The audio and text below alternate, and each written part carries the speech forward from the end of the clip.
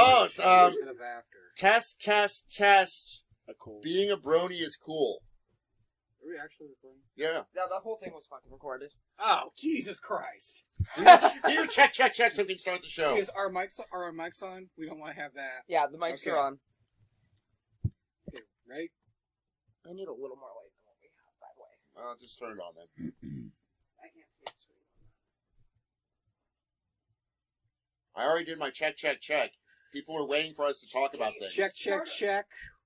People say I look a lot like Merle Haggard, but I sound a lot like David Allan Coe. Check.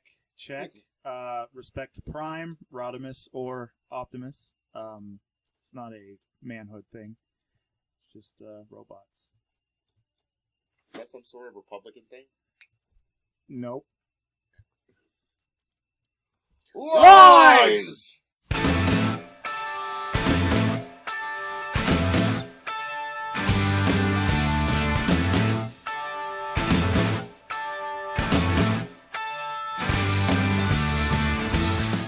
Nerd Exchange of Western Pennsylvania is proud to present the Nerd Exchange, a show celebrating the region's contributions to art and culture, with the very best in nerdly review and enlightened geek critique.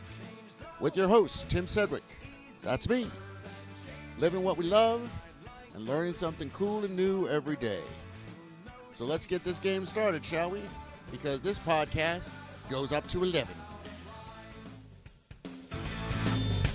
Sit around and figure out a line, wasting time. Wait for the sign. It's time to shine, shine, shine. Wait for the sign. It's time to shine, shine, shine.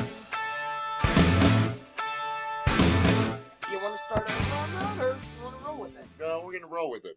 No, we don't do second takes. We We are the Ed Wood of podcasts. I am one take Tim. See, it's funny because I intentionally... Anyway, Yeah, you're... welcome to the Nerd Exchange Podcast. I'm your host, Tim Sedgwick. With me, as always, my co-host from CthulhuTube and Parts Unknown, Kyle Sember. And with us this week, the founder of the band and lead singer of Reinforced, the organizer of Electronic Saviors. He's a cancer survivor. He's an uber nude and an all-around geek role Uber model. nude. Well, if you want. That's what you but- call a Jungian slip. Wow. If you want, but Jim Semonick, everybody. what's up, guys? From Parts Unknown. Gesundheit. From Parts Unknown. All right, from Carrick. From Parts Unknown. I've You're had showing the your- tattoo the entire time you've known me, and you don't know where I'm fucking from. Anno Zera. How'd you get that on your penis? And when it gets hard, does it say, Magna- welcome to Tempe, the best MC Really? in Arizona? Really big magnifying glass. And a tattoo artist with a really good gag reflex. Moving swiftly along. I'm gonna get all the chicks after this podcast. Wow. Dude, I keep him around because he makes me look better. What does this have? dude, What- he's already got a girl, and I have blush downtown, so I'm not hurting. Word. Sentence paragraph. I don't know. So, welcome to the Nerd Exchange Podcast. We are the podcast arm of the Nerd Exchange of Western Pennsylvania. It's a group for collectors. Join the group. Check out the page on the Facebooks. Follow us on Twitter at Nerd Exchange. Email us at nerdexchange@gmail. Tim, the podcast is .com. over already. And We ran out of tape. We ran By- out of tape. by carrier pigeon at the post office box, Nerd Exchange, Nerd Exchange, Nerd Exchange. Now we're going to have to put that P.O. box. We do not yet have a P.O. box. God damn it. We do this podcast analog. I was told there's be no math. Okay, flip the cassette over. So, That's an old technology. Yeah, joke. That's why it's I funny. understand the cassette. 90% of our listeners are not going to know what a fucking cassette is. The hipsters will. Yeah, Nerds? Really? Yeah. I'm still looking for an 8-track player. I'm pretty sure nerds actually know what vinyl is, too, and how it works. Vanille? Is that some European thing? It's Not like Perrier water? Or something we can throw at him. We like to get the show derailed right from the start. So, we're going to start out with some geek news, some nerd news and whatnot. Fast and Furious actor Paul Walker died yesterday. We're recording this on Sunday afternoon.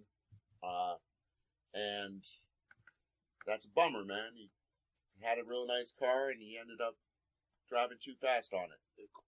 too much of that's we said before. That's not irony. It's not even ironic, man. It's coincidental. But I don't know. I honestly never even saw any of those movies, so couldn't even. I'm not even educated enough to talk about that. I'm not. It's one of the most successful franchises ever. I know, but man. It's like it's 180 from the stuff that I enjoy. But still, they're really like the exploitation films of the modern era because they just keep churning them out one after another, and they keep making money. Okay. In the next year or two, the 7th Fast and the Furious movie is supposed to come out, and the 7th Star Wars movie. So, really? I can't say I'm a Star Wars fan. What? No you kidding. Shut your lying whore mouth. Everybody knows that Semonick likes the wars. Here's why I wanted Jimmy on the show. Because he was an inspiration to me. Because, as you know, I've talked about before, when I stopped drinking and started collecting again, a lot of time, because a lot of people who collect are kind of like in the closet about it, kind of ashamed, kind of like, okay, you got your stuff here, but you don't really talk about it. And it's not that Jimmy talked about it, but I heard from other people like, oh yeah, dude, you have to go to his house, man, because he's got his entire living room is just, instead of wallpaper, he's got like carded Star Wars action figures. And that inspired me. It's like, and because he is a good looking guy and always has a pretty girl on his arm, it's like, well, shit, if that son of a bitch can do it, my lurpy ass can too. And here we are. The gentleman. We talked earlier about me getting the chicks. I think I'm gonna be single for the rest of my life after this. It's okay because I don't think any girls listen to this. Dina did. Yeah, you're screwed, dude. And by screwed, I mean not screwed. Whenever I was on the phone, whenever you got here, that was actually a friend of mine who lives out in California. She just this past week managed to listen to her first episode of it. And she's sitting there and saying that she really likes it, but it's really hard for her because she personally knows everybody involved. So she kept trying to argue with us like we were having a conversation at the table. And sadly, she won. Yeah, probably. She won the argument. Well, we couldn't keep ourselves on topic. You couldn't. Topic on. Jerk. You are. Okay, that does it for Nerd Exchange Podcast. No. Let's talk a little movie news, movie and TV news. Day of the Doctor, the 50th anniversary of Doctor Who, was recently on television. Jim, did you see it? I didn't. Never saw an episode of the Doctor Who show, but no. Get the fuck out of my house. No, I'm kidding. It was actually my first episode, and it's actually a pretty good jumping on point if you want to check it out, I thought. It's very entertaining. Not one thing, and he followed it, and it was really well done. I'm just saying. A lot of friends of mine do follow the show. People do start threads about it on my wall on Facebook. Most recently, there was a thread on my wall that started out being about a track submission for the next comp and turned into a Doctor Who 30 posts conversation that I wasn't even a part of. I was just like, what's going on in my email? I have too many Doctor Who related things. So what was this post originally about? Oh, yeah. Yeah, the original post was, the sunset looks really pretty tonight. And then 47 posts later, someone's getting called Hitler. Well, here's the thing about it, is I got into it with John Campia, who is the host and the editor of AMC Movie Talk. They have a daily show. Check it out. It's a good show. And I wrote in like 3 or 4 months ago because I thought that this Doctor Who movie, if it would have gotten a wide release, if it would have been, actually released as a movie, that worldwide, since it was, since the show is shown in 86 countries, that would make at least $500 million. Because there would be at least enough people to fill 2 or 3 theaters in each of those countries. And if they actually did like a 3-week release, that it would, and then thinking back on it, 500, no, 200, probably, definitely. Yeah. And he used my comment, my letter, and basically to just say that I was an idiot. And I don't know anything, and blah, blah, blah, He blah, sounded blah. a lot happier when he called you an idiot. Oh, he was smiling. He was like, "You are insane, Tim." I was like, "Yes, but doesn't mean I'm wrong." No, I would have to agree with the logic that you're presenting with the ability for it to... Are you talking about worldwide or just domestic? Worldwide. Okay. Worldwide. No, domestically, I don't think any movie has done those numbers. That's like Avengers money. Yeah, that's Avengers. That's Avengers, Iron Man 3. Avatar. No, but I'm saying, my point was, it probably would have done 150 million here, and it probably in Western Europe. More. I would say. I think it would do more, just from what I heard, the sold out shows recently that people didn't even get tickets to go. Well, that's conservatively. I thought 150 million in America, 150 million basically in Western Europe. That's combining, Germany, France, Spain, England, Latvia, places like that, and then probably 100 million to 150 million in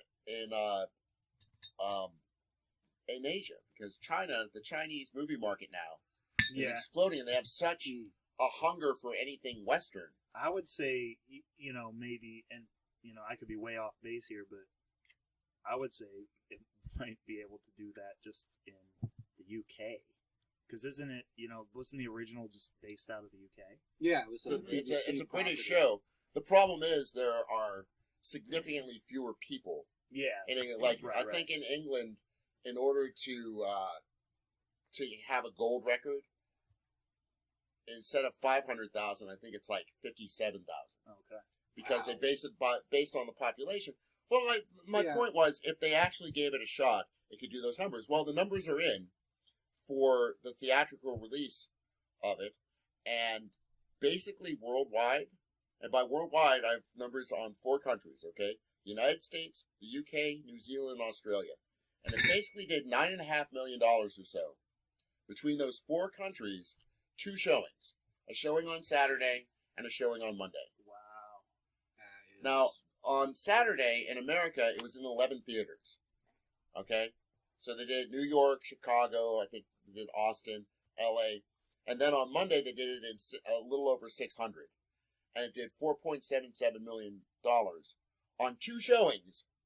Yeah. Over 2 days, over 1 weekend. So I just like to say John Campia, and I've written him already. We'll see if he actually, cops to it. But you were wronger than me. I'm not saying that I'm right and that you're insane, but you were wronger than me. You had a valid point that he did clearly not listen to. Well, because my whole point is... I agree with you. I think if it was given a wide release, it probably would clean. I'm just looking at the number of people I see on Facebook every day posting Doctor Who stuff. Oh, yeah. Definitely. I mean, yeah, for sure.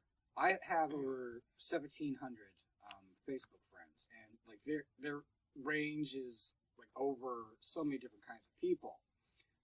People who are friends with me because I'm into Lovecraft, people who are friends with me because I play Call of Duty, because I'm into zombies, because I knew them when I was growing up or I went to high school or something with them, and it attracts an amazing cross-section of individuals, and I think it really would, if they had pushed it for theatrical release, it would have done respectable numbers, I think. Well, especially given how much it probably cost to make it. It was a TV episode. Yeah. Pushing that for theatrical release wouldn't have necessarily had the same, it's not a full-length film. It's not the kind of thing that you can expect to run for the full time, because for a show that's not as long as every other one, why are you going to pay the same ticket price? Exactly. But the thing is, if they were to actually do a movie, market it and everything the way a legitimate movie is, as opposed to just a TV simulcast, Yeah. they could clean house in America. I think they could too. If they tie it into the show and have it maybe a cliffhanger on the show, and if you want to find out what happens, have that Right. movie. Watch the movie, I or think- a month from now, we show the next episode. And And the thing is, it's the kind of movie where people would go again and again. Yeah, and it could work, the same way for the show, even to get higher ratings, is if the movie would end on that same kind of note and be like, oh, well, you got to watch next season to find out what happened. Well, the episode, there was resolution in the episode, but also had room open for what's going to happen next. Yeah. So you did get a satisfying story told from beginning to end where, a newcomer like me could come in and understand what's going on. Right. I And- was really but it surprised. was- I was concerned that he would just afterwards want to slap me across the face. He's like, I don't know what the hell's going on. But Yeah, the way they did it was very, very wise in that, a newcomer could come into it and not, which means if it was released as a movie, even people that were dragged by their friends, no, you got to oh watch yeah, it. I can follow this story. It would have been It's okay. not needlessly And Moffat's complicated. really good at doing that. Moffat's really good at making something that is contingent upon the past and future episodes, and yet stands alone in and of its own right as a story, beginning, middle, end. Yes. Whenever Dune came out, they had to hand people little booklets to read before the movie started to know what half the crap going on was going on. You didn't need the clip notes to understand what was going on in this television episode. Right on. And granted, Doctor Who being the global phenomenon it is, and I both love it and hate it, because I started watching it in 1976 when it was on PBS. So all the time that I was growing up until basically I was in my late 30s, there wasn't merch. There really wasn't, in America anyway, a centralized fan base for it. Yeah. It was all just little pockets on the internet or in real. But I think I told the story last week how my best friend in high school, we met because we were both drooling over a whole bunch of Doctor Who novels at Walden Books. But had we not met there, Bucks? well, you see, back in the day there were things called bookstores. Yeah, that was the first store What's that a I book? always asked for Back, gift certificates to. back in our day, e-readers were made out of wood, and we called them paper. Communism. But anyway, especially if it, like you said, if it was just a standalone movie, it would have done more. But it is a special case. I'm trying to think of other movies where you might be able to, because the problem is people have a 20th century metric about these things. Mm. That, one of the things that he and I argued back and forth about was, Veronica Mars. It's every time it would be, this show wasn't popular enough to make a movie. And Veronica Mars, I think the highest it ever went in the ratings was 74th for the week. Oh, And the thing is, you've got people that don't have cable but watch it online. yeah, that's a big thing now. That They'll watch it on Hulu, but not when it happens. Yeah. So that doesn't get into You know, the it's Nielsen it's ratings. very Doctor Yeah. Who is a rare event TV kind of thing, where people no, it's 8:00 on a Saturday night, I'm watching Doctor Who, but they don't add into the metric the people who are watching it online, Mm-hmm. or the people who wait till the end of the season and then just watch the entire thing, the entire season on Netflix, and that's got to change. They got to figure out a way to do that because I do think they're paying a lot more attention than they used to on the DirecTV numbers, because when certain shows once they've aired, they go onto DirecTV and you can go on demand. Oh, the stream. on-demand. Yeah. Yeah, How does And that they figure still out? have- Yeah, but they're just catching on to the Well, on-demand numbers now. they still have the advertising on there and stuff. Yeah. So they're getting paid. They're clearly watching those numbers to see how much money they're making off them, and if we keep which doing kind of that- sucks because most channels you can't fast forward through anymore. Yeah, you can't fast forward through Global. commercials Well- on any of the Fox shows or anything. Here's a question about this is tie-ins and the Marvel movies have been really successful with Oh, yeah. with crossing over into each other with their post-credit scenes and whatnot. Is there another show that's sort of like a brother or sister show to Doctor Who that they could do that to maybe combine universes or Well- cross over into each other's realities. They tried with Torchwood, but it was vaguely Yeah. flawed. Torchwood is set in the same universe, and it's basically a group of. It's kind of like what Agents of Shields could be if it didn't stink. Oh, I'm with you on that. Because and I want to like it so much. Me too, dude. I watch oh, it. God, I still it's watch so it every painful. week. I watch it every week when it's on TV. But anyway, Torchwood's kind of like that. It's like they have alien technology that they've gotten from when aliens tried to invade Earth. So it's like kind of like a Agents of Shield, Men in Black kind of thing. So they share a universe, but I can't see them doing like the last 2 seasons of it were basically miniseries where it was like 6 episodes, hour and a half long a piece with one arc, but actually doing that as a movie. Well, it's like they have Jack Harkness, who is a character from the Doctor Who series. He's pretty much the lead in there, or was. But it's like, you have a few of the characters that were established in Doctor Who, and fans already have a relationship with them, and they're already well-rounded and well-defined. And then the characters they introduced for the show, it's actually kind of like my same grievance with Agents of S.H.I.E.L.D. You feel like the writers don't know who these people are. Exactly. And it doesn't work well for a show whenever, you have these well-established characters that you can tell the writers love and want them to get all the glory. Yeah. Well, And then you have these people that are basically there so they're not just sitting there and, talking to themselves for all the exposition. But we're only 8 episodes in, and the fact is, because people say, "Oh, Joss Whedon," but Joss Whedon isn't really the showrunner on that. His brother is more of the showrunner on that. And the thing is, I'm going to give him until about episode 12 to pull the shit together. yeah. You got to pull the shit together and make it a comic book. I think they have to create an urgency to get fans of the movies, and I thought that maybe that Thor tie-in would do it, but It was the didn't. best episode so far, though. Yeah.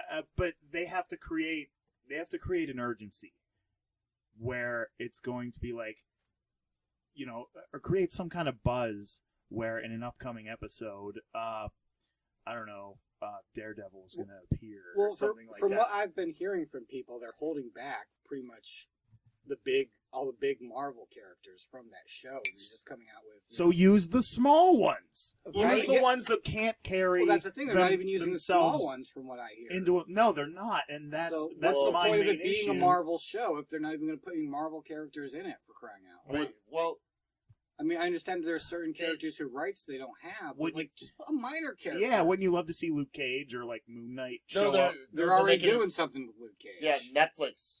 It's going to be an original Netflix. Yeah. But you could have Scarlett Johansson come in. I mean, the thing is, Oh, it they should be used, pricey. remember, they used Mhm. Nick Fury. Yeah, And the that's I just think because they're Sam first. Jackson's awesome though, and he was like, Yeah. "I'm all about it." So he loves playing that Like the role. bigger named actors, that would cost Scarlett them way Johansson too would much. do it. I If don't they know. asked her, she would. Jeremy Renner, from what I understand, is basically he wants closer to Robert Downey Jr. money to come Oh back. my God, yeah. And it's not like he's even asking for the $75 million, but he's like, you know what? You can at least guarantee me 20 Yeah. because I got all these other movies that want me to be in them, and I really liked him as Hawkeye. He's Yeah. one of my favorite characters ever. I thought he did a really good job, but I can totally understand if they recast it because gee, why would I keep doing it for the same $7 million guarantee Yeah, with a 0.0001% back end when I can do a movie over here and make a $10 million guarantee and get 3%? I mean, that's just math. I do want to get your guys' opinion on some. It's a little bit off topic, but next summer, Marvel's doing Guardians of the Galaxy. Mhm. They are going, in my opinion, they're going to create rock stars out of characters that right now the general public has no No idea idea. Yeah. No one knows who Drax the Destroyer is. No one knows who Star-Lord is. No one knows who Gamora I am is. Groot. You know, people thought that at the end of Avengers, when Thanos shows up and he turns around, no one in the audience that we were around knew who that. Is that Purple Hulk? There was Well, there yeah, was people- one guy. Whenever I was in the I theaters, lost there my was one shit. guy in front of us, completely lost his shit, and like everybody around him Oh just my turned God. and stared. Like, what are you? Why is this? That was like what I was like, because like I saw that and I was all into the Infinity Gauntlet in high school. There was a and- ton of people who thought it was Hellboy.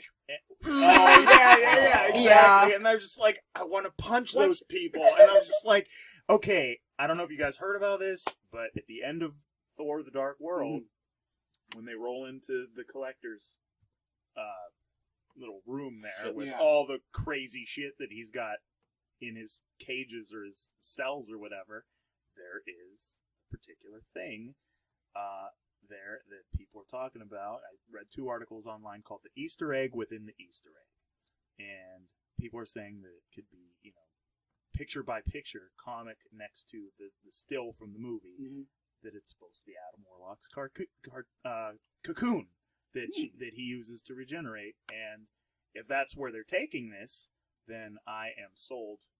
See, I only vaguely know Thanos. I would never really got into the cosmic stuff in Marvel. I was more into the X-Men and the Avengers. That was I my knew who bread and Thanos butter. was. I don't know anything about Guardians of the Galaxy. It's just Um, knowing what James Gunn is doing. My friend FJ, who knows James personally, FJ's in the film industry. He does stuff for Lucasfilm, so he was sort of my in when the Clone Wars was on the air, and I was like, "What's happening this season? Please tell me it's going to be better." You know, he was just like, "I can't tell you, but you're going to be disappointed."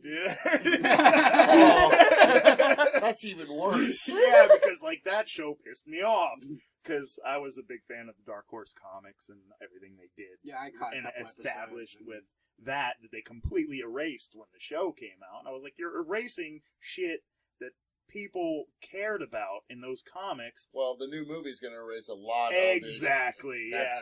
That's- That's going to crap all over everything. Wasn't there an earlier Clone Wars animated show? Yeah. The Okay, Jenny 'cause, like, on Comedy Tarkovsky. Central. Yeah. No, Cartoon Network. Yeah. Okay. Jenny Tarkovsky Was did that those like completely shorts. just erased? Or what was No, it? that no, still that exists. can fit in. Actually, can? it Okay. can. That was the one where they did like little 2-minute episodes. It was Yeah, a Samurai yeah. Jack guy. Yeah, Yeah. That was just, you know, I don't know if that erased any continuity, but my main concern is if I was one of the artists or writers on that stuff, that of the I would've stuff been that's ticked. gonna be erased by these new movies that are coming out in 2015. Timothy Zahn made his money. Timothy's on. Well, Karen Travis is the one I would think about. She's the one that wrote all the Mandalorian, the Boba Fett novels. That show, the Clone Wars show, completely erased the history of, and she did get pissed, and she quit working for Lucasfilm, writing those books. Is, not But, Lucasfilm, but back, Lucas. back to your point about Guardians of the Galaxy. I'm afraid, and Kyle and I have talked about this a lot, because right now you have a lot of little horror movies that are making big money. You know, $5 million to make, $5 million to market. They're making $110 million. That they're going to replace. Like we're 2 flops in a row away from, I think, Marvel going from 3 films a year to 1 film a year. Yeah, Or none. Or no, I don't think it'll be none, because people will still go to the new Iron Man movie. They'll still go to the Avengers movie. And I'm just hoping that the Guardians movie kicks so much ass. I think it's gonna. I have faith in them that it's going to do. Because basically, in order for it to not be a flop, you're going to have to get at least, I'd say, 1/3 of the people. Because we nerds are going to go. Yeah. We nerds are going to get it to 100 million domestically. But if 1/3 of the people that like Iron Man 3 and like the Avengers give it a shot, then worldwide it would be like, 300-400 million. Yeah. Which is, I think, what it needs to be for. Is that what it to Thor not is? be- Thor is. Thor is right around. Let's 400 look at the million, I think. characters that we were dealing with in the beginning. Out of all of them, Thor was probably the least well known to the general population. Yeah, I And think look you're at how right. much he has exploded. Yeah, Cap is. I think Cap 2 is going to do well. The second Captain America movie looks awesome. Now, when I you get cannot wait into to see it. Phase I can't 3 wait and for what that. they're going to do with Phase 3, I'm a little Ant-Man. bit even more confused. I know Because Ant-Man. Ant-Man, I heard supposedly, Doctor Strange. Yeah, would, Doctor that, Strange you know, is supposed to be on and- the way. Supposedly, Black Panther, Yeah, I heard Black supposedly. Panther. Like that's getting a little more risky. I think going a little lower but no, tier. like we were talking about this Well, in the the thing first is, like- episode, where I was saying, if you like sat me down and say, okay, which comic book that you've read in the past, and I'm talking about before all these movies came out, would you say would never be able to be translated into a movie in a million years? And I would have said 2 comics. The first one would have been Thor. The other one would have been Silver Surfer. Because both of the concepts are just so completely Yeah. ridiculous Silver to Surfer. the general population that there's no way they could market it. They made Thor marketable. Yeah, They made they Thor And they huge. tried to make Silver Surfer. I wish that would have succeeded, man. What they did with Galactus, and I just now I have now never been angry. Marvel Studios doesn't own.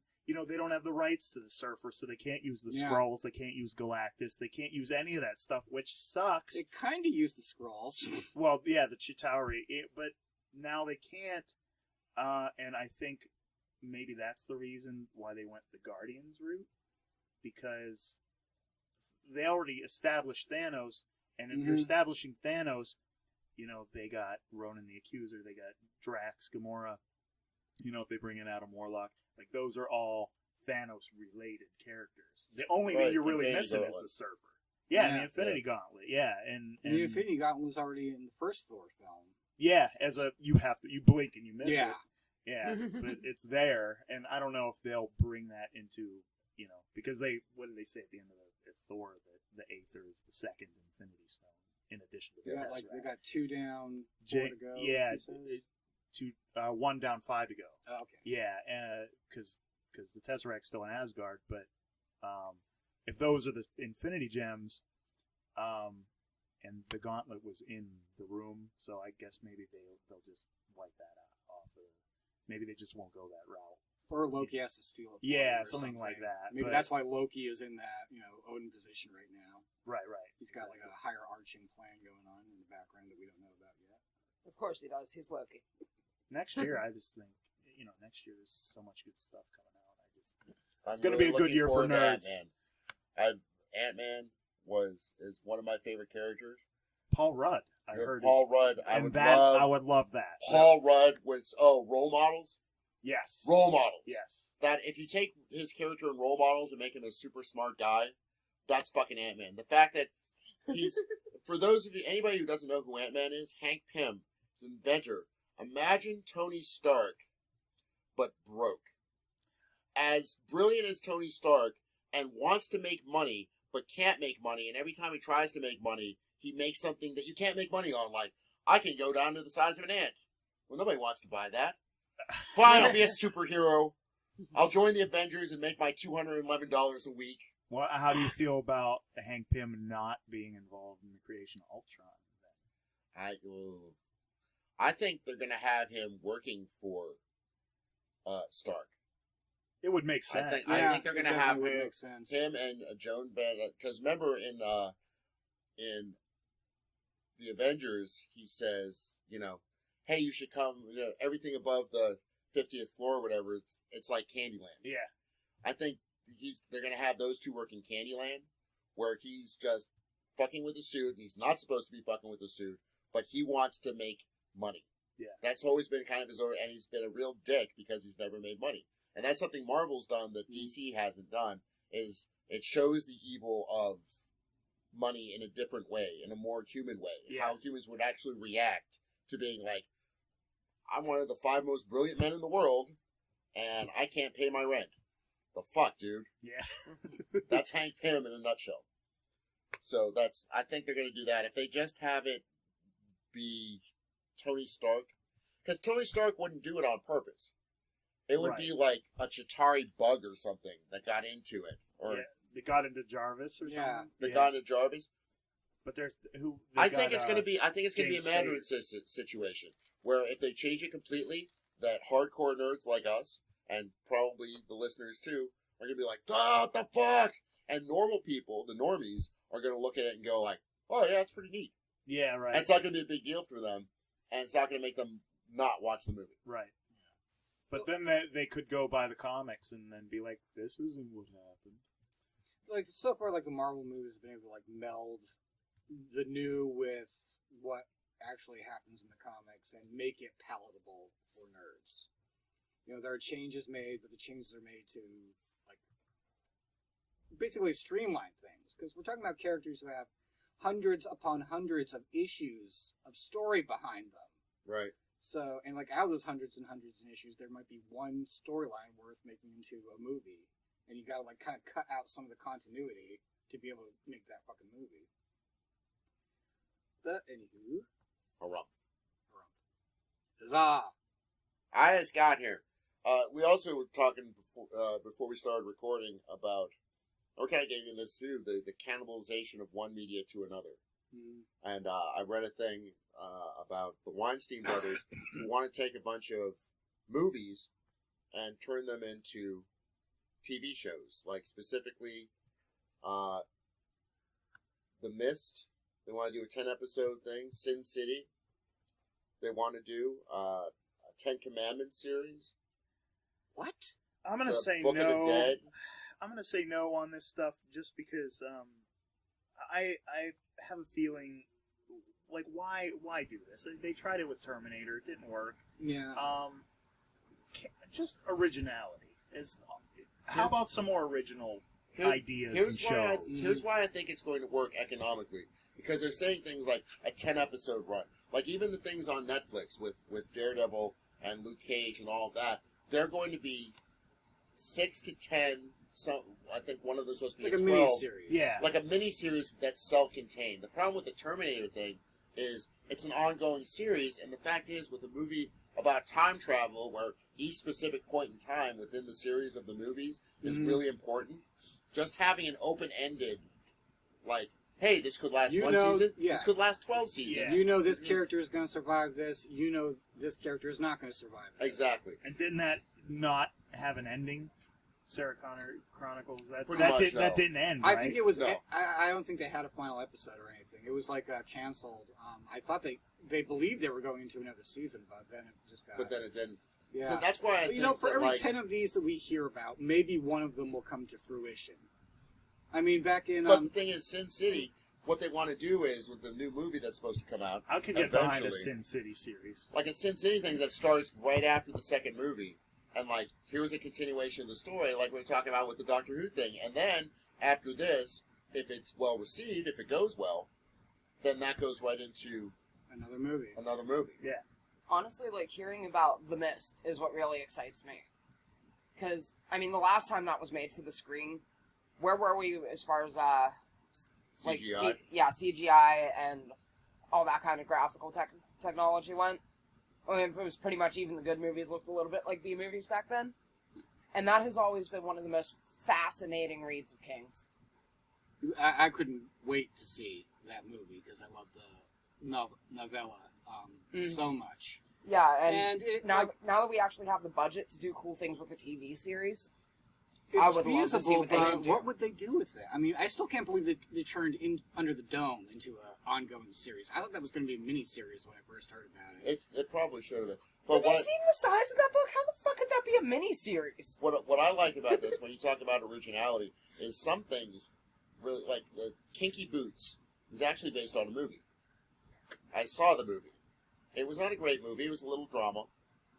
But the storyline, it's the exact same storyline. It's like, oh, cool, that's neat. And then, but my favorite story about this is Mel Brooks. Now, Mel Brooks made the producers into a musical. And when they asked him why, he said, I haven't won a Tony yet. He'd won every award except a Tony. So, and the one Oscar that he won in his storied career, all the movies, the one Oscar he won for writing the movie The Producers in the late 60s. Let that sink in. So he then went and made it a Tony Award-winning show, which they then made a movie about. The musical. With most of the same songs that were in the original movie in the late 60s. We're going to sedate Tim now. I need a large Valium and a small For crying Valium. out loud, dude, there is a Pokemon video game that's based on the card game that's based on the video game. So that's I'm why not kidding. Yeah. There actually is. Yeah. There's a Street Fighter video game based on the Street Fighter movie, which was based on the Street Fighter video game. It just goes full circle. So that's okay. So And it then, usually I'm still sucks. waiting for the Viva Pinata So- movie myself. so I guess what's the point then? Is the point that, well, at least they're picking better things to cannibalize from? Yeah, I could mean- see that. I just there are some great shows on TV right now. I'm a huge fan of Grimm. Girl I Dated got me into that show, and love it. Great cliffhanger at the end of every season. It's a great time to be a genre fan right now. Yeah, for sure. Right. Oh, yeah, people say, why are they making all this? Why are they canning? It's like, because, like, why does McDonald's sell 10 trillion Big Macs a year? That's what people want to eat. Now, normies are realizing that our stuff is better than the stuff that they used to like. Right, exactly. I mean- I'm not into Game of Thrones, but I see people talk about it constantly. Just look at how big Walking Dead has exploded. Yeah, I never HBO's would've- doing great things now. The Newsroom I never is would have great. predicted Oh, that The was- Walking Dead oh. would have been Yeah. this much of a hit. I love the Newsroom. I was hooked instantly. Curb Your Enthusiasm's another favorite of mine.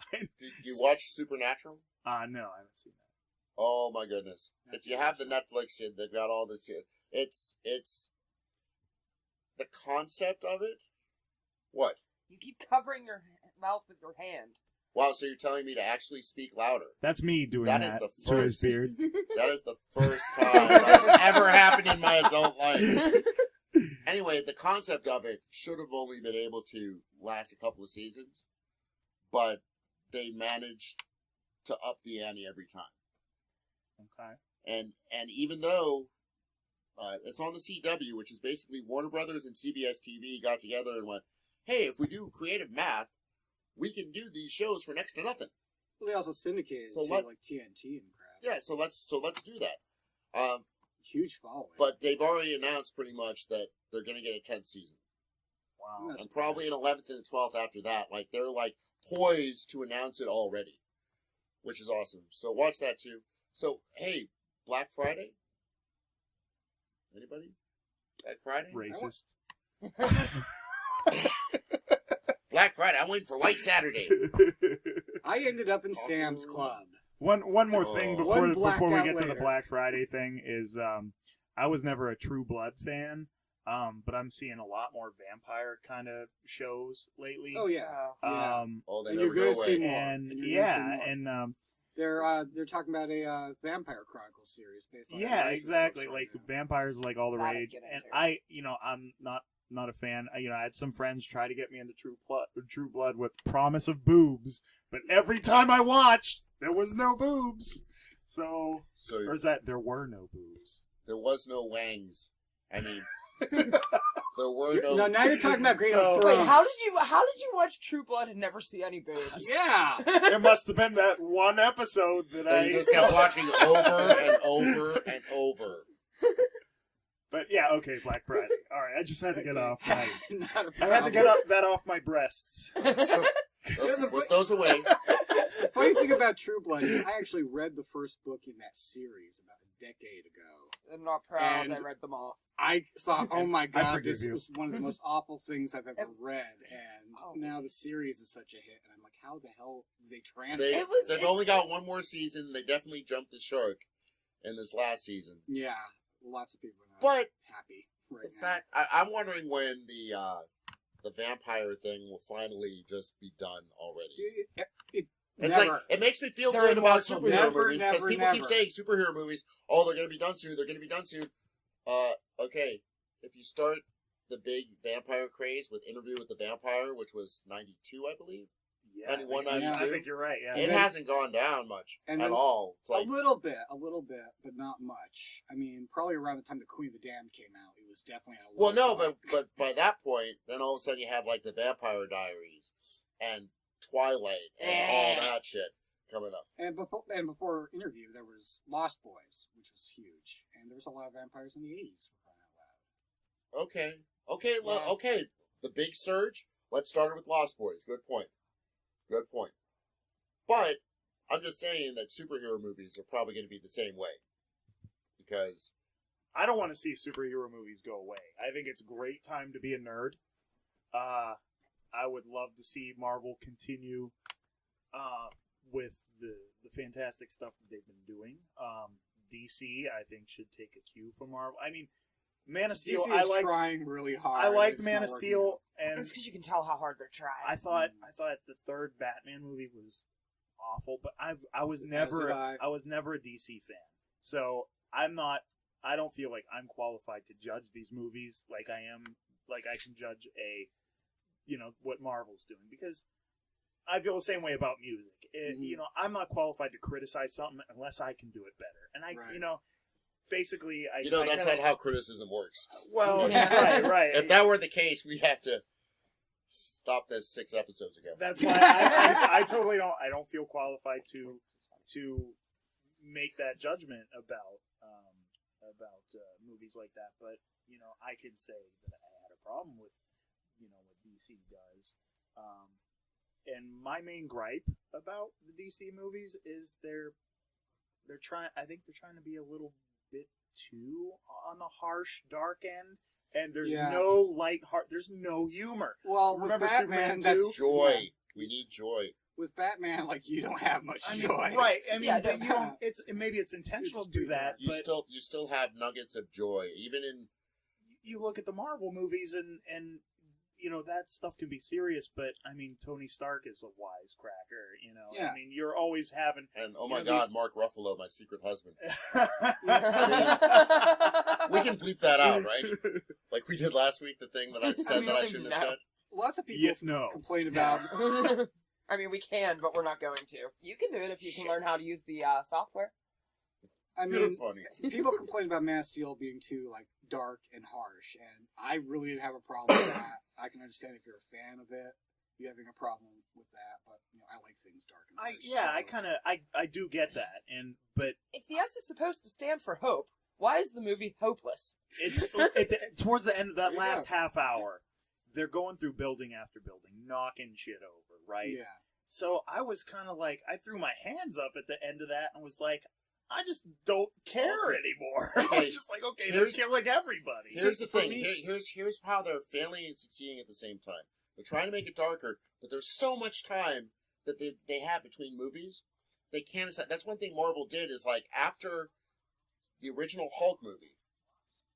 What is that? Oh, it's my computer doing something. Hey, Tim. Smokers are jokers. Anyway, they have so much time in between movies. Pick up on these mics. Mute button. Thank you. Shut up. Okay. Anyway, Moving along. so we can bleep that out, right? Like we did last week.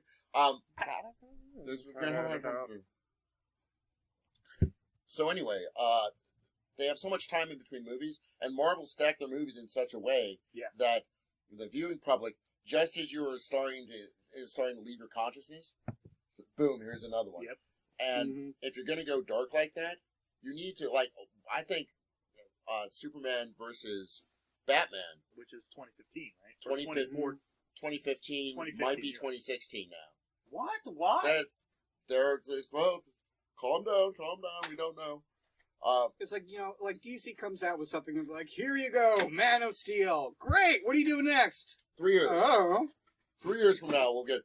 But the point is, it would make it would be a kick-ass plot line if Aquaman and Wonder Woman were in the next movie, because that fucking World Destroyer fucked with Aquaman's kingdom. So he came up and started fucking shit up. And then Superman had to go hey, wait, stop doing that. Hey, wait, fuck you. You're the one who did this. And same thing with Wonder Woman. Fucked up Themyscira. So she came in. So then you could have the Martian Manhunter come down and be like, all right, listen, we got to keep you all separated and yet at the same place at the same time to make sure none of you fuck up this planet. And then that's how the Justice League is formed. Not as the Super Friends, but as I'm watching you. Right. Why can't they do that?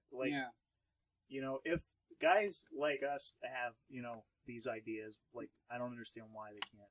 The way figure that out. they did the Justice League comic in the New 52, they were able to introduce all the characters without you getting overwhelmed in that first 6-issue storyline, and you got enough of each individual character to get a little bit about them, what they're all about, and they're all working towards the same goal. You're not overwhelmed by all that. I do feel And that's like what DC should be doing with their movies, but they're not. Yeah, exactly. I kind of feel like I don't know, the way Marvel does it. Those movies, there's moments in those movies that make nerds go crazy. Yeah. And I don't feel like DC is writing their movies for the nerds. I feel like they're writing movies just to be huge and blockbustery. Yeah.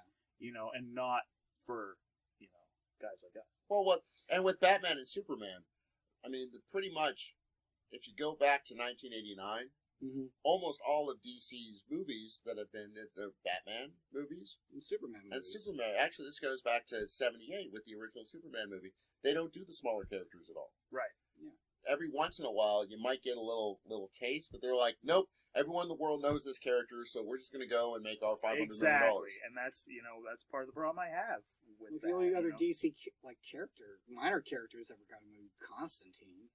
That's about Right, it. right. Yeah. And that And is that more of a Vertigo thing, or is that straight DC? That was a very good. Well, he's technically a DC character, but it was. Well, I'm just saying it's existed more in of a grown-up. It was an Yeah. R-rated movie, right? Yeah, and he was a Vertigo, like in the Vertigo line, but he also exists in the regular. Right. And he had the continuity. one Green Lantern movie, which I actually like the Green Lantern movie, and here's why. I started collecting comics because my brother started collecting comics. And he had a bunch of comics, and then when he got too old for him, when he was like 16, 17 years old, he gave them all to me. Wait a minute. You get too old for comics? Yeah, It was the who are you 70s. It talking was to? weird. But, no, I started reading comics. Because the comics had hair back then. and A lot of facial hair on the comics. in the Bronze Age is when I started really loving Green Lantern. And that movie, as kind of hokey as it was, really captured the Bronze Age of that book. The problem is, I'm one of maybe 16 other people in the country that watched the movie and went, oh, Bronze Age, they're going for 76, 77. Everybody else saw the movie and went, yeah. And a lot of that's because of things like The Dark Knight and even Superman Returns, all the stuff that's Spider-Man movies that are more quasi-realistic. Yeah. That people went, no, that looks hokey. Well, that looks hokey because it was meant to look hokey because they're magic ring-bearing superheroes in space. Like the problem I had with the Green Lantern movie was I could tell stuff had been trimmed so they could get the running time down. And that's actually what happened with it. They actually trimmed the film down so they could get in as many showings in theaters as they could and cash out as fast as they could. So there are like large logic gaps and like pieces of story that you didn't get in that film. And it wasn't a terrible film. I don't understand, people were just relentlessly bashing it like the first weekend. And I saw it and I was like, this is not remotely as bad as you're making this out to be. Well, it's because they couldn't CG a lot of people bitched they couldn't CG the mask on his face right.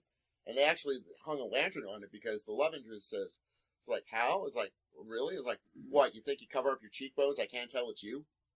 Yeah, the domino mask doesn't really, conceal your identity like it used to for the Lone Ranger. I think the other thing about that movie is, the fans were trying to take it very seriously. The Raiders were trying to let you know that they weren't taking it too seriously.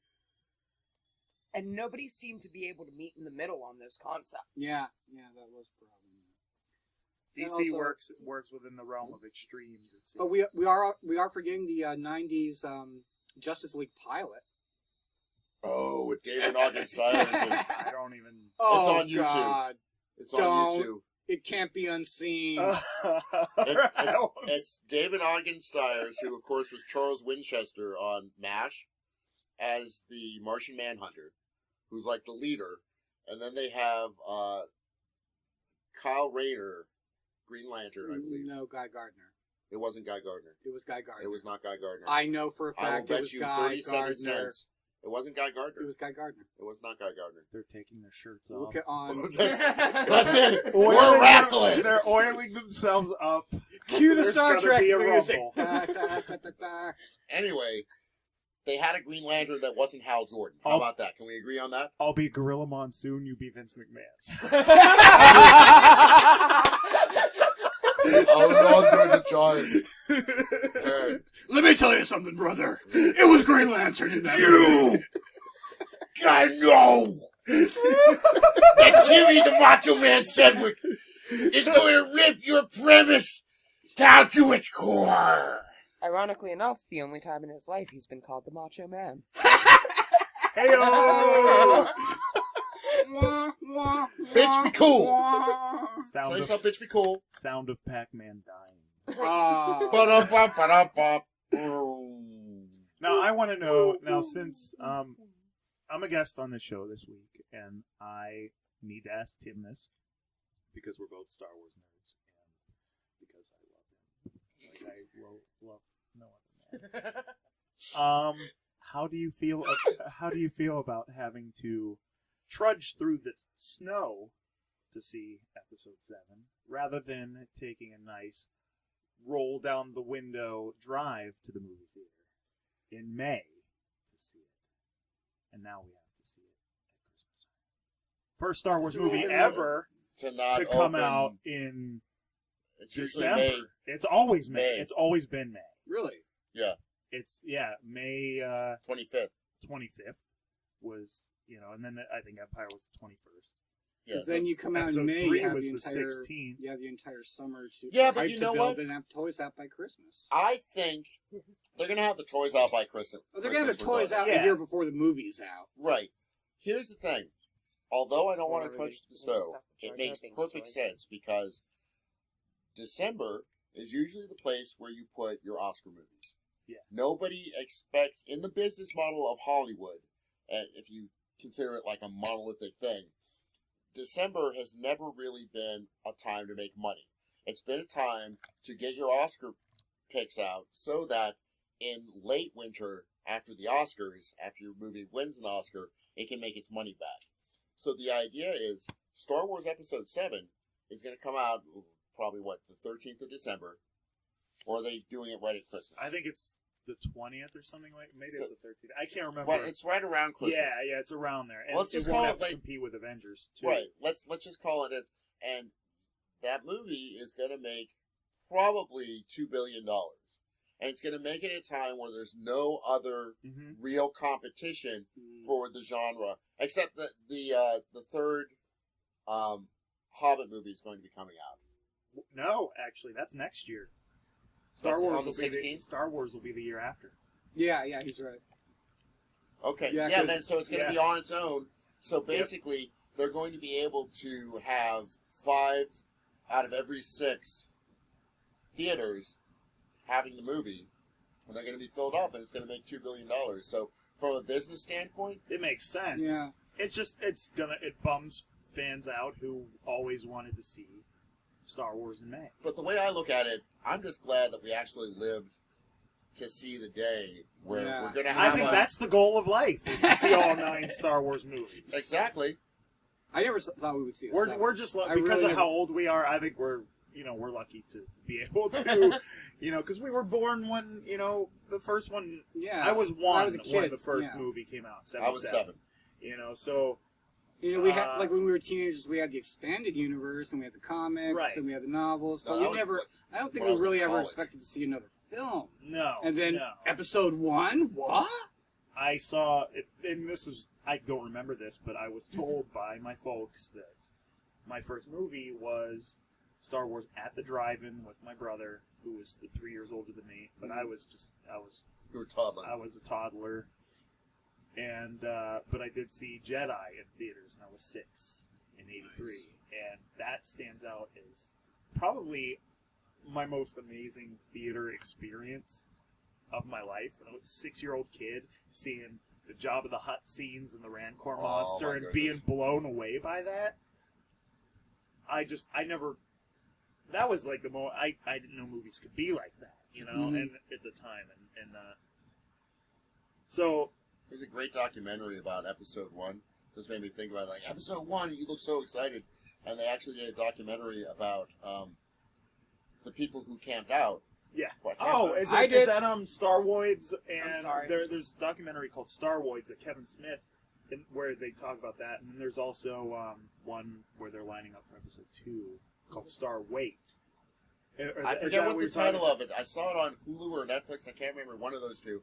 But they showed like the progression of like the 3 months beforehand. These people who were staying in line, and Jimmy Kimmel and Adam Carolla, who were just young punks, almost got arrested because they tried like with like 3 hours to go to cut line, and all these nerds almost cut their throats. Oh, God. No. And then they show like these guys going like, listen, you know, we're doing this to raise money for charity one. And Jimmy Kimmel and Adam Carolla are smoking cigarettes, like dressed up like Darth Maul, but not very well and stuff like that. And just like looking like, dude, it was just a joke. Calm down, man. And they're like scared of the nerds. But then they show the nerds coming out after the movie, and just like the look of defeat on their faces. Like it's poignant. I'm not saying it's. If you're going to see Jar Jar Binks in the new movies, which I don't think you will, unless it's a death scene. Please. Do you want to see Harrison Ford come back? Do you want to see Mark Hamill come back? And do you want to see Carrie Fisher come back? Yes. I would Billy like to D. see. I would like to see Yes. some of the original cast come back. I Yeah. would at least like You to see have Mark to. Hamill. They're not going to be the main characters of it. Sam They're gonna be Jackson passing the torch. was on, I think, Letterman, one of the huge talk shows. It might have been Leno, where he's doing a new movie that Mark Hamill's in. So they were talking about Star Wars, and Sam said, I've not been asked to come back, and he hasn't approached Mark yet. So we might not actually see Luke. You know, I thought Mark Hamill was approached already. according to Sam Jackson, he wasn't. Oh, Yeah, Sam crap. Jackson was also saying that he wanted them to bring Mace Windu back, which you technically could. Technically, you technically could they say could, he yeah. fell on a hover car or whatever, and went into hiding or and something. in the Clone Wars, they did bring back Darth Maul, Darth who was Maul. cut in half. Yeah, So it is possible. With those movies, I think they can bring back any character they want to. Ewan McGregor expressed interest in coming, back and reprising, the ghost of Obi-Wan. But that would have to when be they do- some makeup job on that one, I think, to make him look like Alec. yeah. They'd be better just to use the ghost image of Alec Right. and then just dub it, but maybe dub Ewan's voice over it Yeah, for look on it. they could do anything. But anyway, okay, because Black Friday, we all kind of avoided it. Me, Yeah. I'm saving up my money for some sales out at New Dimension Sensory 3 coming up after the first of the year. But Kyle brought this up earlier, and I think it's a good thing. What is your favorite geeky gift you ever received? For Christmas? For That's a Christmas or subject? from whatever? Okay, well, I got two stories. The first one, I was 4 when I got it, so I don't have that much of a story. But when I was 4 years old, I got the Ewok Village, which was practically impossible. Yes. It was impossible to get, and my mom got like the last one. And this was like pre-internet days. You had to call hundreds of numbers if like your kid wanted a toy and the stores didn't have it. You had to go and find that toy. Yeah, you had to go on a trek. Yeah. So we got to do top I 3 still have on it. this because I can't I whittle it down I to still 1. have Okay, mine. top 3. I still have mine, and it's still like a very touching Christmas gift that I look back on fondly. And my second great story is about this year because I got my Christmas gift early, and my mom got it for me, and we were watching Walking Dead this past Sunday. And we were talking about the show, and she was like, "You know what? I was gonna like save this, but I can't because I know you're gonna be too psyched for it." She had gotten me the Daryl and Merle 2-pack action figure set, which I'm so happy about that because the Daryl action figure, unless Is you're that willing a Vampire's Diary character? It's not. We need to take that picture so we can put it on the website so people know what you look like when you're looking like. We do. He's not just a good- shaking his head.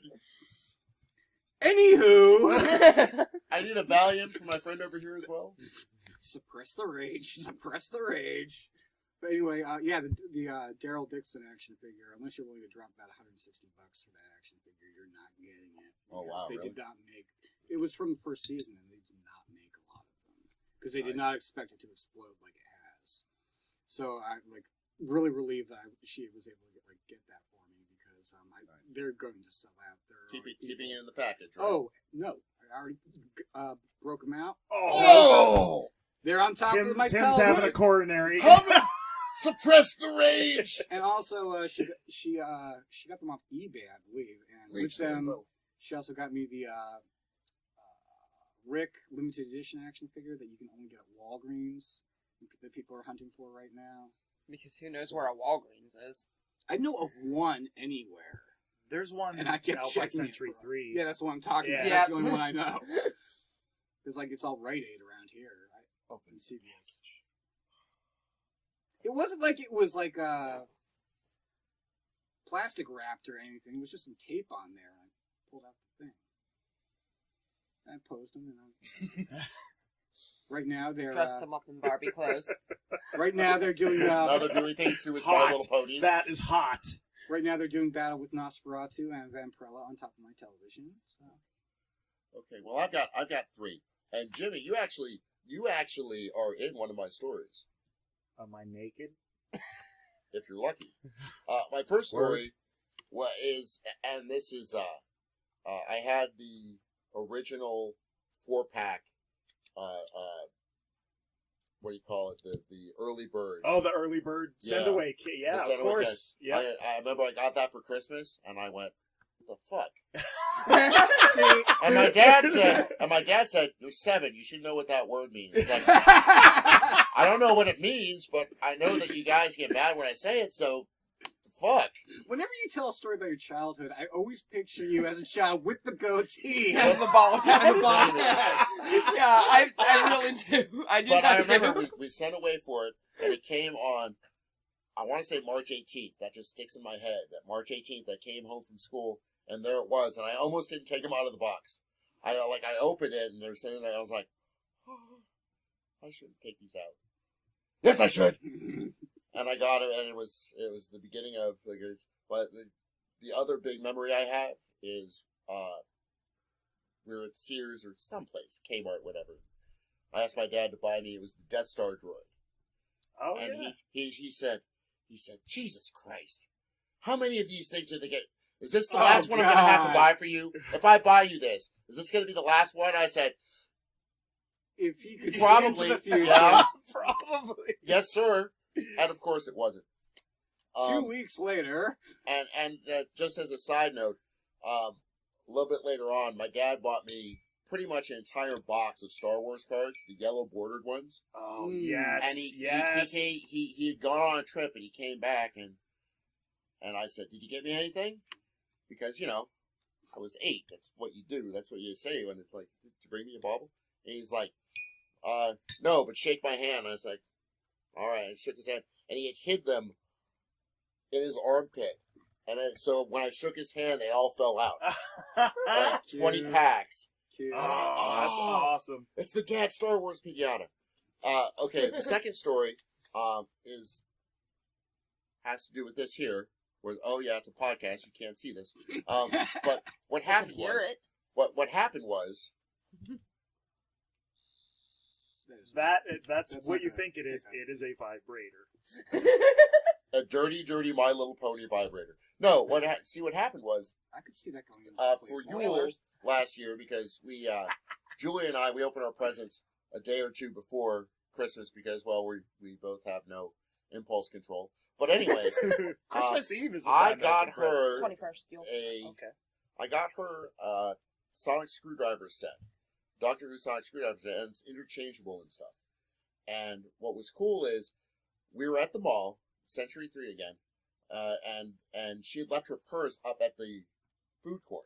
20 minutes before this. And we were. And this like, tells you how dead man. Century 3 is. It is exactly where I left it. So she's like, shit, my purse, and she leaves. I look at Chip and I was like, Chip, quick, Christmas. And I turn around and I found, I was like, here, money, here, wrap it up, tie it up.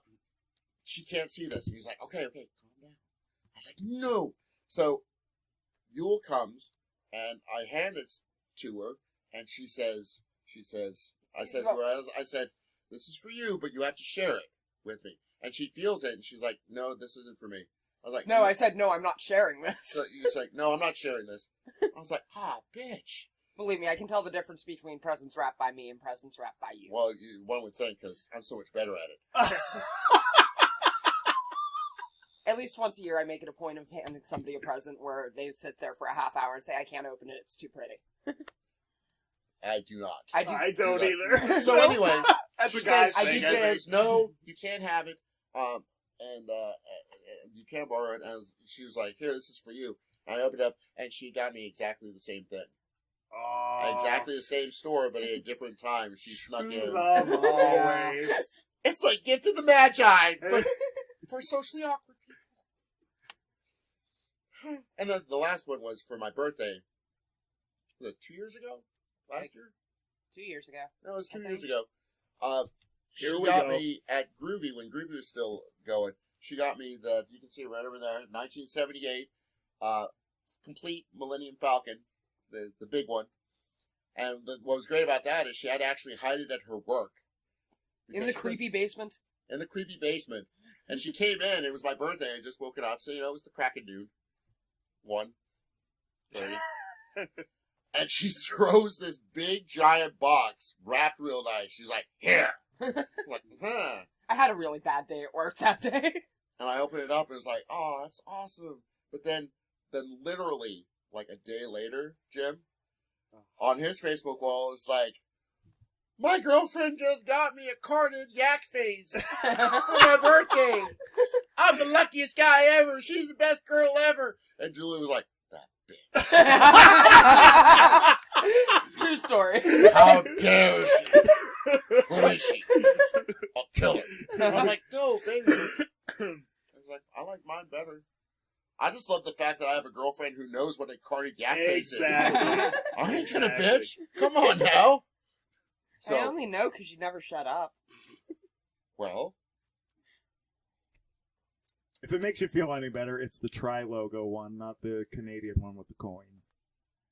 Ooh, I it have does. that. Fucker. I had the one with the coin. I opened it. Oh. Get the fuck out of my house. My top three, I guess, have to be. Two of them are actually. Well, it's a cool story.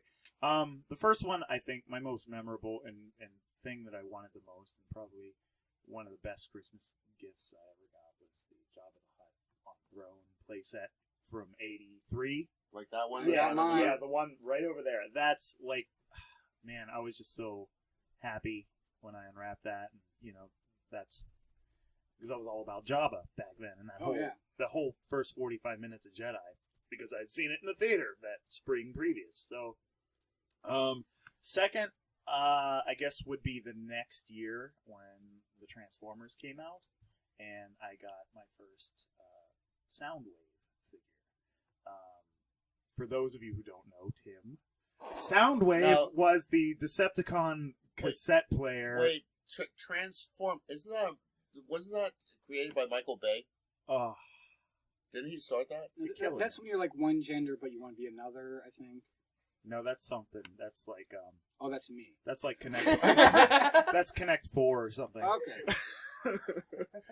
But Soundwave was the Decepticon communications officer who had little tapes that would pop out of his chest that would turn into various Like little beasts. planes and whatnot? little beasts, little birds, and There was like the Did you- pterodactyl there looking was- one, there was- and there was a man that there was never a pterodactyl that came out of looked like a Soundwave's pterodactyl. chest.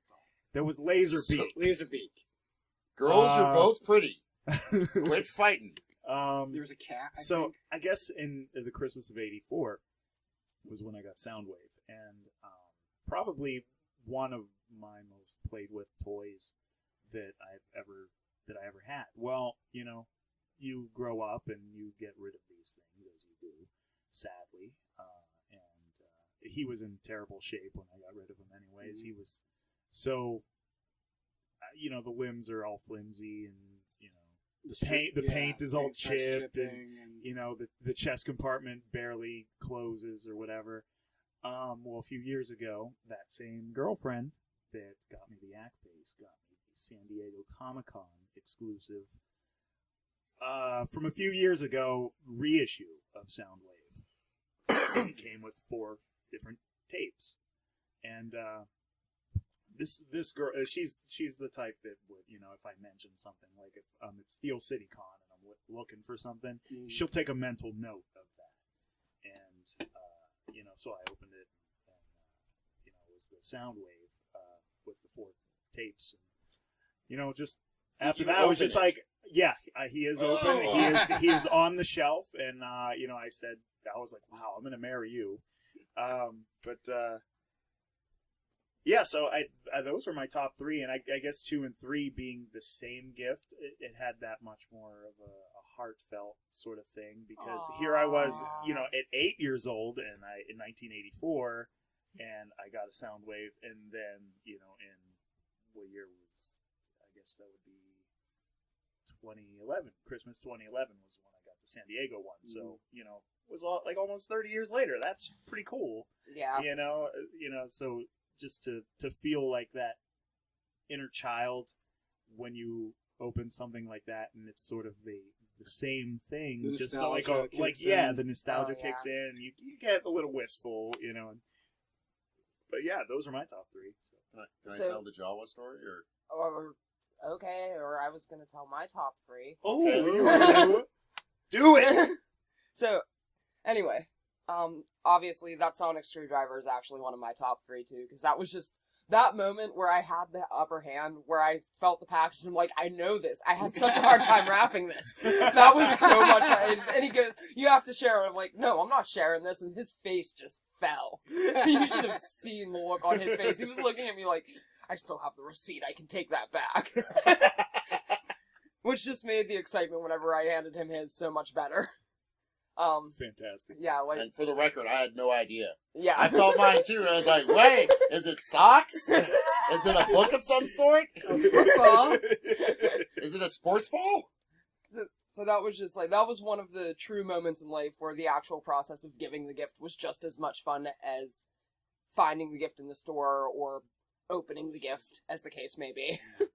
My second one would be the Connects Big Ball Factory whenever I was a kid. Because I used to love Connects. I remember Connects. where the flat plastic ones that all click together. Right. That Big Ball Factory was so freaking neat. And, like, I got my love of building things and shit like that mostly from my father. So whenever I was building it, it was like a 20-some page instruction booklet, everything broken down into parts, and then you connect this part that you just built separately to this part. And I go and I build the first one, and then I go to build the second one. I had a total dyslexic moment. And I still give my father a hard time about this to this day, because he saw me taking the second little base segment, the little foot of the structure apart, sat down, took over, and built the rest of the goddamn Big Ball Factory himself. He's like, he was just waiting for a chance for it, because he wanted that gift almost as much as I did. Third one. I had and I lost it. Come on!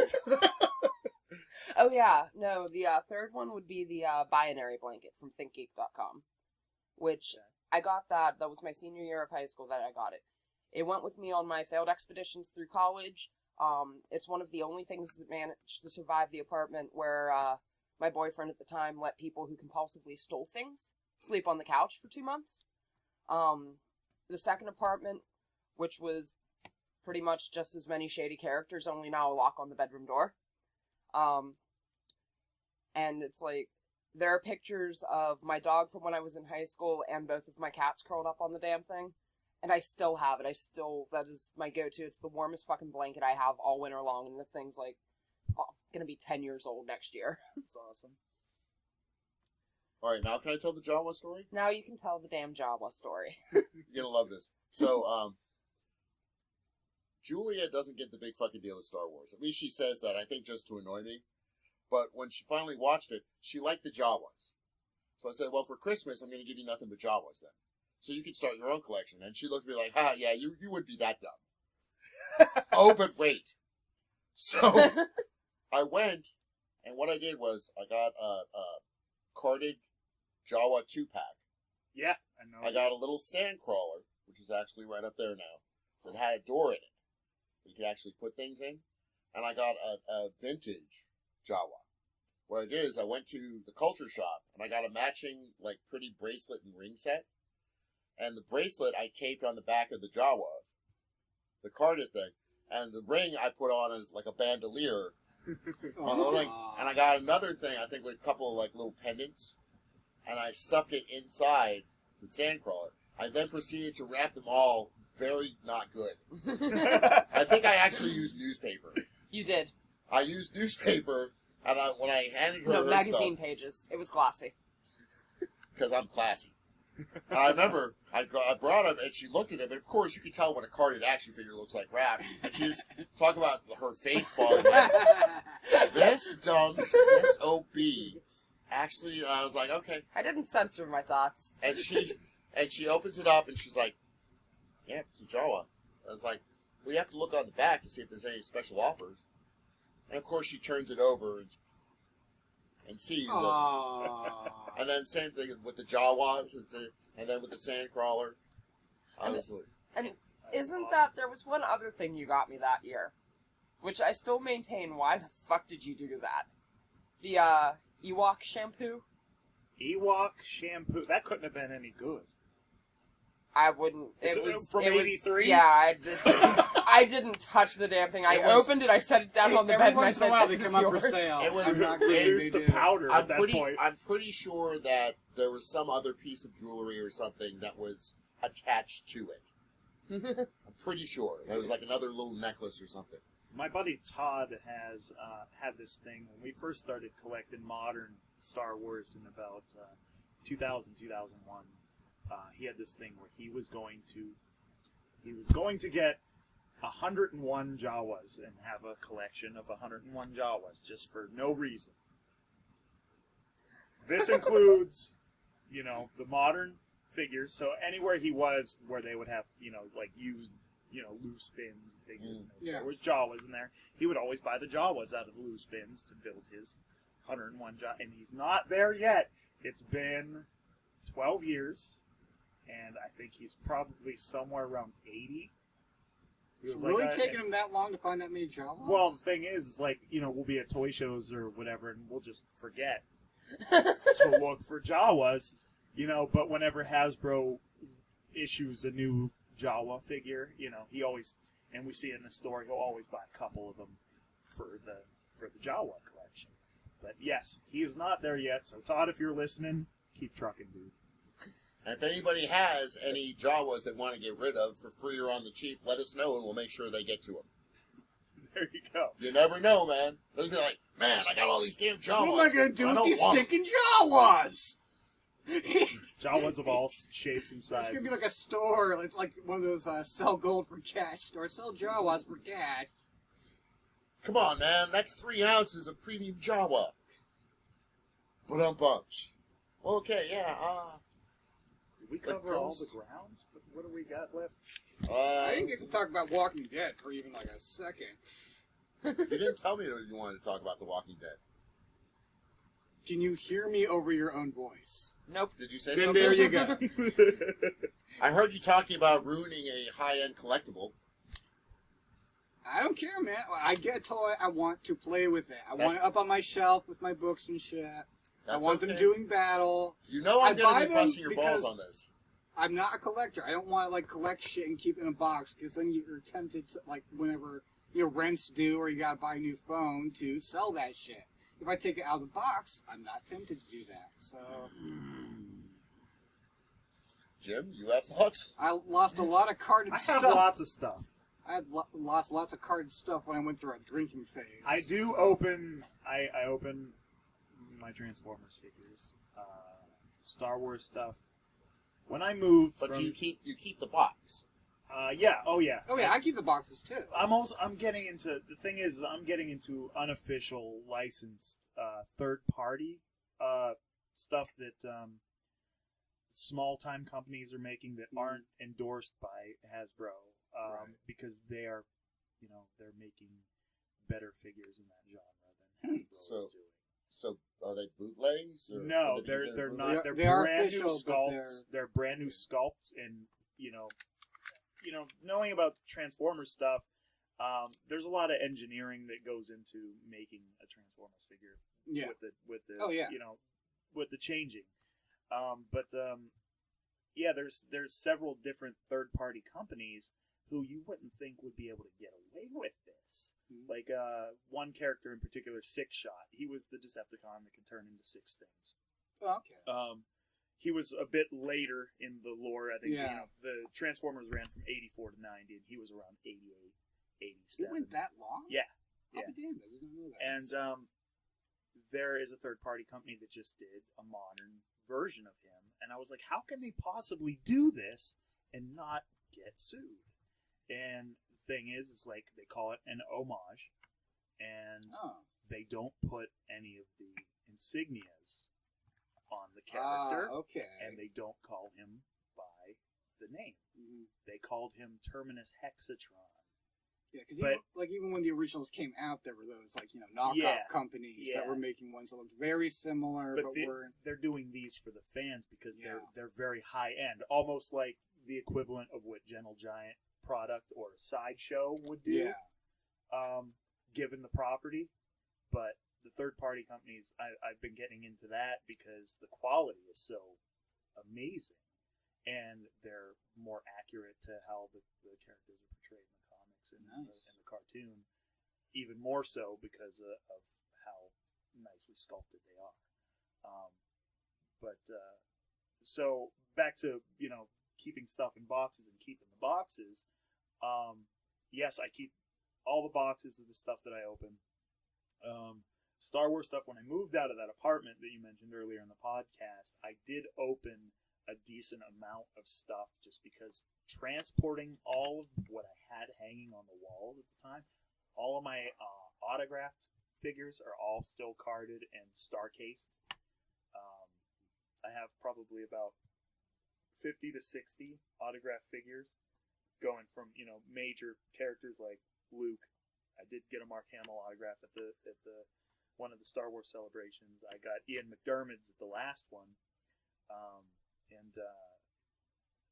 so I keep all of those carded, obviously.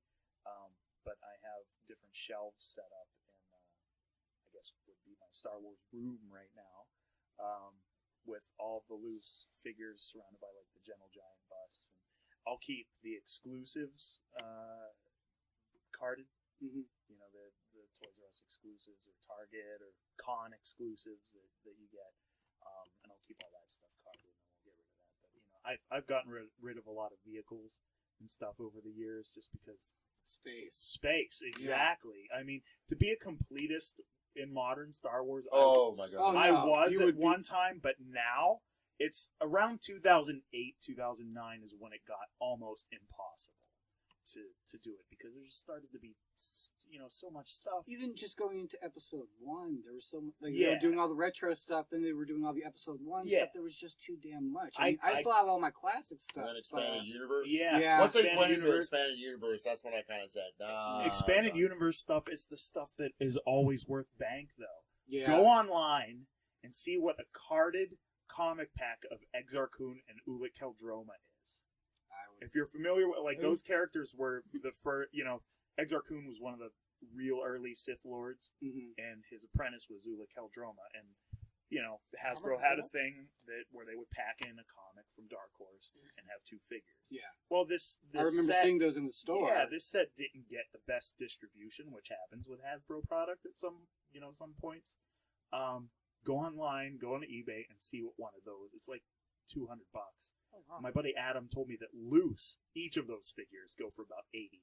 It's always the expanded universe or the video game figures. Yeah. The Yeah. Darth Revan and Darth Malak figures fetch a good amount. I remember, like, back in the 90s when they came out with a book that was supposed to take place between Empire and Jedi, there was a Thrawn big... trilogy. Or No, no, I know what you're thinking of. Shadows of the Empire. Yeah, that's it. They did the video game, and Yeah. then they did the book and the comics and all that kind of crap.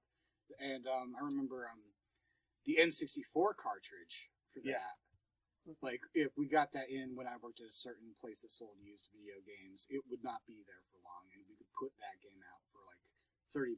You know, about that game, I never played it, but I heard IG-88 was a motherfucker. I only played a little bit of it because I did not have N64 very long, but it was a very difficult learning curve. I heard it was Video a game. very difficult knows boss to Pitfall. fight. I don't play video games. Just quiet you. Shut up, you. Well, yeah, the expanded universe stuff, because it's not the things that people immediately grab. off Right, the shelf. exactly. You know, but that's also down to Hasbro too, because they won't. They're They not won't going make to as many. print that many as they're Exactly. going to as a Chewbacca or R2-D2 that they know is going to fly off the shelf. Yeah, So yeah, yep. that's the rare kind of stuff.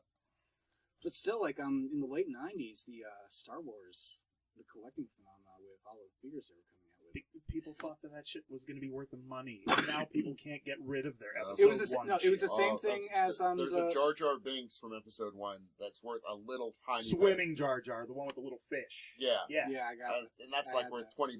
That's because at the time the shelves were saturated with Yeah. episode 1 product, and that was one of the later figures at the end of that line to come out. So not many of them made it to store. Kevin Smith actually did a Clerks one shot where Dante and Randall are going to try selling Star Wars figures to make bank, Yeah. and Yep. it all goes horribly Yeah. wrong. It just didn't work out for the people who thought No, that they like were going to make because money. it was on the same thing with the '90s comic phenomenon. Do it for the love. Yeah. I mean, if you're buying Star Wars figures, I'm assuming that my buddies and I, when episode 7 hits, I'm kind of, fed up with Star Wars at the moment, just because that Clone Wars show pissed me off, and now this Rebels show's coming out. And they're pissing all over continuity, and but I know that when episode 7 comes out, my We'll buddies be and I there. are We know we're going to be there. to buy gonna- figures, and We're all going to go to Toys R Us Yep. and be like, okay, yeah, we're in our Ask to 40s. leave. dibs on R2-D2, and let's try not to trample any 7-year-olds this time. Do you need your umpteenth R2 figure? I mean, he's gonna look You saw my exactly shelf. the same. You saw my shelf? Yes. But yeah. So You yeah. probably inspired What? him to get 101 R2D2s now. I love it. 101 I got a count. I got- After we're done, I got a lot. I think I got I'm a about lot. up to 80. Oh, you're ahead of me, but I still have them all on the shelves. And like I got the I think Pizza Hut and Taco Bell were doing episode Oh 1 my toys. God, Oh, yeah. I got those toys. I got the little R2s. That you I place got on the the Jar top Jar and that stuff. sticks his tongue out. The thing is, people thought that, or at least Lucas talks about this sometimes, that as far as collectors go, collectors that are sort of our age or past that, who are getting out of it at Mhm. this point, they were expecting, or at least Hasbro was expecting, a second wave of collectors to come along who were going to be nostalgic about episode 1 when they were kids, and now they're in Not college. panning out very well. And it didn't work out. Nope. That's not happening. There's no new wave of collectors that are going out and buying figures now. Well, that just means Well, we'll be for able to crying get out all loud, this cheaper. In a way that really sucks, because I feel like that kind of nostalgia is going to die with us. But think about it. Since episode 1 came out, could you walk into a toy store without a Star Wars product, like taking up at you least half couldn't. an aisle? No, It's I would still say, there all the can't. time. I would say since the reissues, Exactly. you couldn't The do that. 97? The 97 ones. Yeah, It they're was always pretty in the consistent. store. Yeah. So yeah, there's it's not always like a Star Wars section. it's not like Target, Walmart, Toys R Us. Yeah, you they've have an been entire phased generation. out, like Yeah. some toys Yep. have been. You have an entire generation of people who would have been collectors, except they never had to hunt anything down. They Right. never had to Exactly. try for it. Thrill of the Exactly. hunt, baby. That's what it's all about. It's Yeah. I don't understand. Uh, What does that's- that mean? That's why most of the comics that I like are like I don't really do Marvel DC that much. Like love so much shit from Vertigo. Yeah. Because it's so much fun. They do all those little 4-part miniseries that are just fucking classic gold shit. Oh yeah. Not, I think not Golden Age, the obviously, smaller but it's like companies are really. doing more interesting stuff now than the majors are. Yeah, but IDW has the Transformers Mhm. license. They're doing a crossover right now that I thought was way better than the Marvel's latest crossover event. but it's like those little miniseries. Yeah. You'll find 2 of them in one comic store, and then you'll spend 6 months trying to finish that series. And it's like, yeah, I could go and find it online and read the Eve comic and be done with it, but. It's like there's actually a thrill of a hunt when it comes to the smaller runs. Mhm. Ever since they did the Next Generation Doctor Who crossover, which I didn't read, I couldn't bring myself to even pick it up. It just seemed like they jumped the shark. Like, what are they crossing over Transformers with? Transformers is already crossed over with. They did this thing called Infestation, and it crossed over with a bunch of IDW properties. I think G.I. Joe was involved. The Teenage Mutant Ninja Turtles were involved. But their X-Files is another IDW property, and that's going to cross over into Transformers and all the other. See, you say Infestation, I'm picturing Alien crossover. Well, it involved zombies. It was like a zombie. Zombies thing. and Transformers? Yeah. Well, it kind of didn't That's work out not like fair. that. It didn't exactly work out like that. But then Mars Attacks, which is, I guess, another IDW property, they also crossed over with Transformers. And all the other property, like Ghostbusters, I think, was involved. IDW has a lot of that 80s kitsch. Yeah. Sort of, they do. yeah. Maybe I'll pick up some They also have some My Little trade Pony. paperbacks when it comes out. Because it sounds like it could be interesting or a complete train wreck. Yeah. If they, I didn't get any of those crossovers. I'm more into the main story of what's going on. Yeah. if they cross It's like, over Transformers no. and My Little Pony, that is just going to be like Well, my people childhood. You're freeing already my panties. asking about that. Walking Actually. Dead crossed Walking over with the Vampire Diaries. Don't look at me in that tone of voice. They're talking My Little Pony and G.I. How? Joe's crossing over. How does that cross How? over? How does Doctor Who cross over with fucking The Next Generation? Dogs and cats living together. Mass hysteria. It's true. This man has no dick. That's what I heard. The last thing I wanted to bring up this week, we got trolled pretty bad this past week by the makers of The Talking Dead. Which, if you don't know, it's the show. Talking Dead? Yeah, it's the show that's right after The Walking Dead, where they have people Oh. from the show on, and they Oh. take calls and stuff. And like every week, they do a question for people to write them their responses on Twitter or whatever.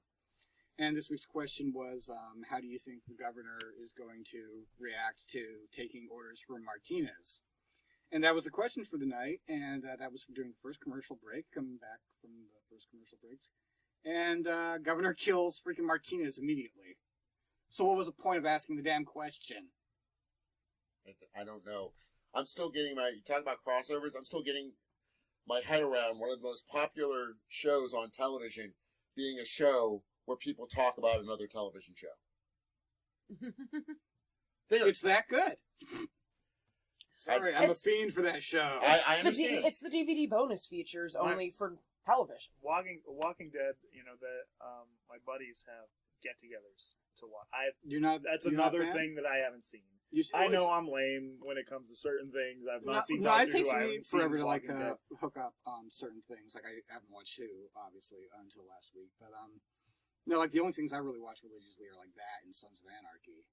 Like everything else, I'll wait for Netflix to watch it, pretty much. But like Walking Dead in my house, like my mom's watching it now, and It's like a loving religious type thing. She Yeah. freaking loves the show, and like it's nice to have someone to talk about the show with while it's on too. Now, Tim, since you just quoted Ghostbusters a few minutes ago, how did you feel about Janosch being an Asgardian in Agents of S.H.I.E.L.D. last week? Wait a minute, what? Janosch from Ghostbusters 2.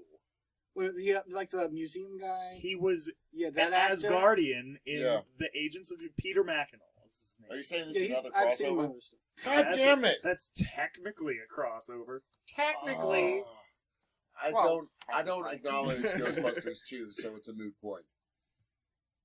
You never watched Ghostbusters? I've watched it. I watched it 5 times just the same way I No, watched that's episode actually- 1 5 times just to make sure that it really sucked as much as I thought it did. None of them smoke cigarettes in episode 2. In Ghostbusters 2. Yeah, They're I all know. smokers in the first one. They're all chain smokers Yeah. in the first one. It's just like, wow, Ghostbusters 2 is a lot more PC, but I like it. I was in junior high at the time. It had its moments. It wasn't as great, but then when you do something that great, following it up is going to be a hard act to follow. I did hear some people. that. Which can't. brings us back to episode 1. And, No, it It's doesn't. It's always back to that. and brings us back to wrapping up this episode. We'd like to thank again Jimmy Semonick Thank you so much. This for was being here. awesome. We're going to have you back again. We're going to do a bonus Christmas pod at one point. I would love to anytime. And Julia Engler, producer extraordinaire, Thank you for pretending to be nice to me for a minute.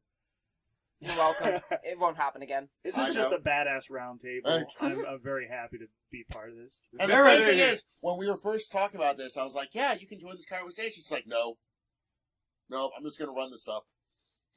And now I feel bad for not announcing her at the beginning of the show. We're going to do that from now on. Because, No, we aren't. Yes, we are. No, we aren't. You stop it.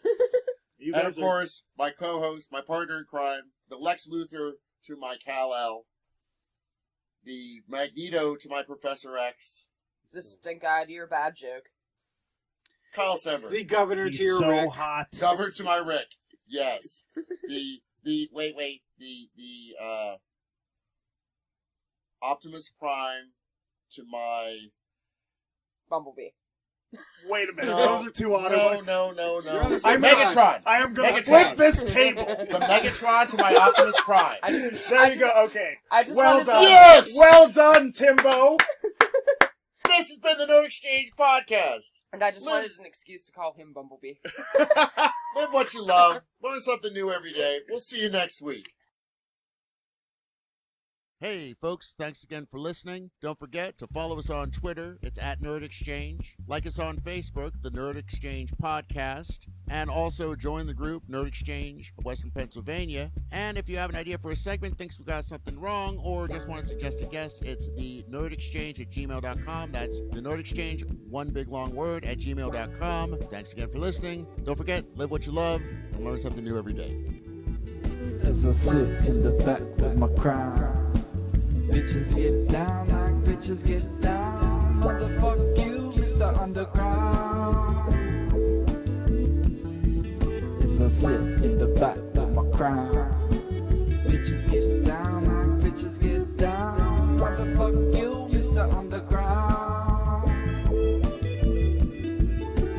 This is the mother best song ever.